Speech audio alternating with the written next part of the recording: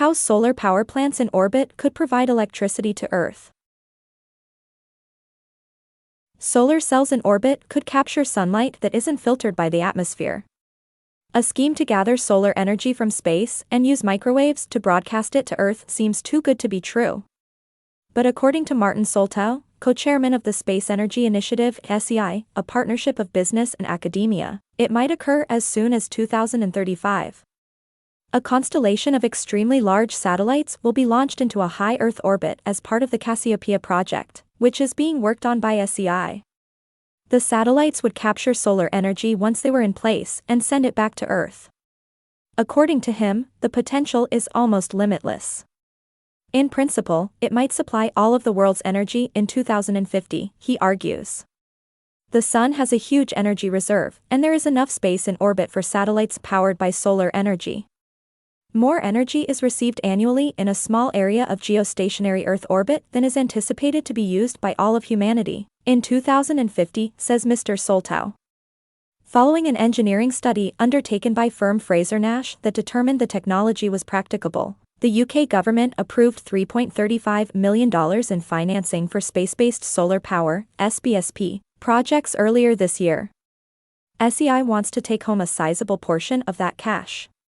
The company's satellites would be built from millions of tiny, identical modules produced in factories on Earth, assembled in space by self-sufficient robots, and maintained by such robots. The satellites would transform the solar energy they receive into high-frequency radio waves, and broadcast those waves to a rectifying antenna on Earth, where the radio waves would be transformed into electricity. When it comes to power output, each satellite is comparable to a nuclear power plant at roughly 2 gigawatts per satellite. Sunlight is filtered by the atmosphere here on Earth, but it is unaltered in space because it comes from the sun straight. As a result, a solar panel mounted in space can gather much more energy than an equivalently sized one on Earth. Other places are developing similar projects. In the US, for instance, the Space Solar Power Incremental Demonstrations and Research Project of the Air Force Research Laboratory, AFRL, is focusing on some of the crucial technologies required for such a system, SPIDR. Increasing the efficiency of solar cells, solar-to-radio frequency conversion, beam forming, lowering the significant temperature variations on spacecraft components, and developing designs for deployable structures are a few of these. The team successfully tested new parts for a so-called sandwich tile, which is used to transform solar energy into radio waves, in the latter part of last year. Although microwave beams may appear frightening, they have been tested on Earth and shown to be efficient and safe for both people and wildlife.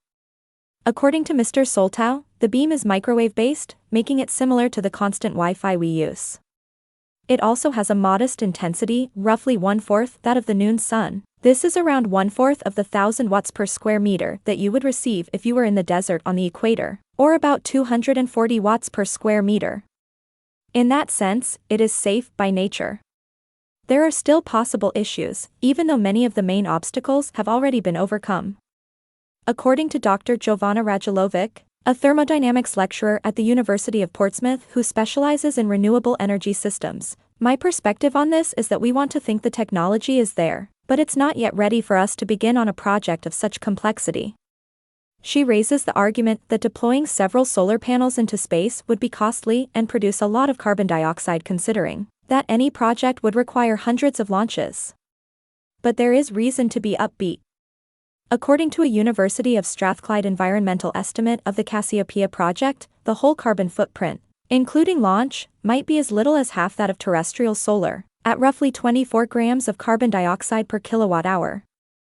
According to Mr. Soltau, the economic case is steadily getting better. According to him, the cost of launch has decreased by 90% and is still declining, and this has completely changed the economics.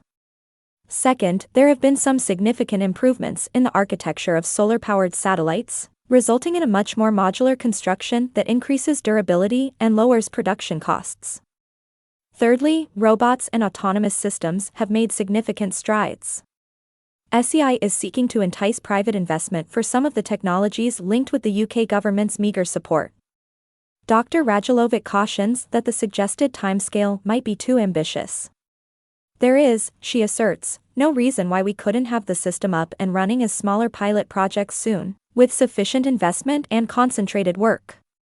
However, a large-scale project, we're talking about miles of solar panels, would take a lot longer.